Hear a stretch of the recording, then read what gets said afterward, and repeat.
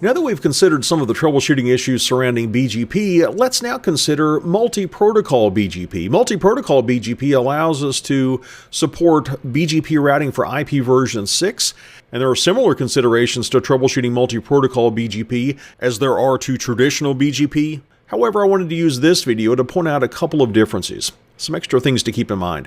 For one thing, if we're routing IPv6, we need to make sure that the router is enabled for IPv6 unicast routing. Let's make sure that router R1 in this topology is enabled. Let's do a show run and we'll pipe to include IPv6 unicast. Are we enabled for unicast routing? We are. We give this command in global configuration mode to tell the router to route for IPv6.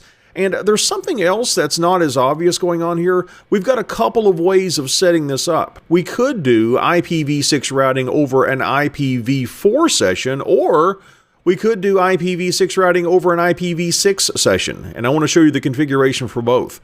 In this topology, I've got an IP version 4 session set up between routers R1 and R2. Let's take a look at that configuration. I'll do a show run, pipe to section router.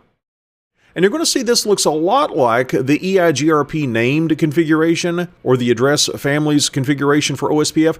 That's what we've got here. We've got an address family for IP version 4, and we've got another address family for IP version 6.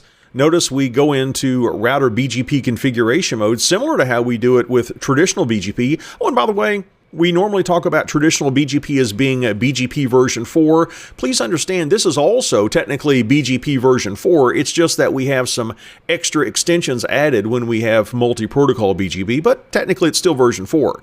And I'm specifying my neighbor and the remote autonomous system number. And I'm using an IP version 4 address to specify the neighbor. When it comes to troubleshooting though, here's one of the first things I want you to think about.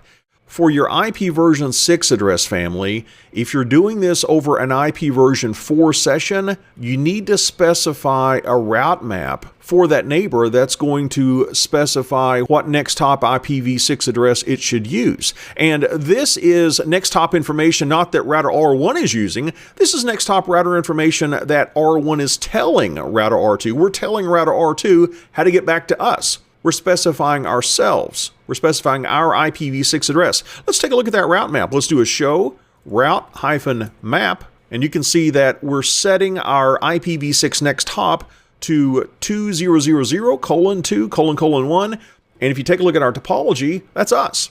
We're telling router R2 use this IPv6 address to get back to us. If we don't do this, then any routes that we advertise to router R2, they're not going to be injected into router R2's IP routing table because router R2 would not know how to get back to us. It would not know how to get to the next hop. So if we're doing this over an IP version 4 session, we need to specify that next hop. And those are a couple of things to keep in mind if we're doing IP version 6 routing over an IPv4 BGP session.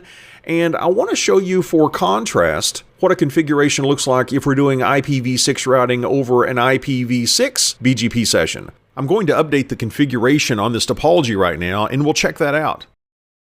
In this topology, I've got an IPv6 BGP session set up between routers R1 and R2, and we're doing IPv6 routing over that IPv6 session.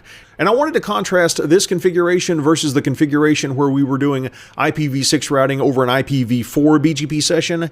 Let's do a show run pipe to section router. And here you see that the configuration is a bit simpler. It's still using this address family's approach, but I'm specifying as my neighbor an IPv6 address. And notice that under the IPv6 address family, there's no need to have a route map configured, as we did a few moments ago when we had an IPv4 BGP session. Now, this does not mean we could not do IPv4 routing as well over BGP. It's just that we would have to set up that separately. And that would require us to have more adjacencies. That might not scale very well for a very large network where you've got lots of neighbors, each of which happen to be running IPv4 and IPv6, but in some cases, this is a more efficient approach. Maybe you only want to do IPv6 routing, and if you do, this is a fairly simple way to set it up, and we don't have to worry about creating a route map that's going to be specifying a next hop IPv6 address.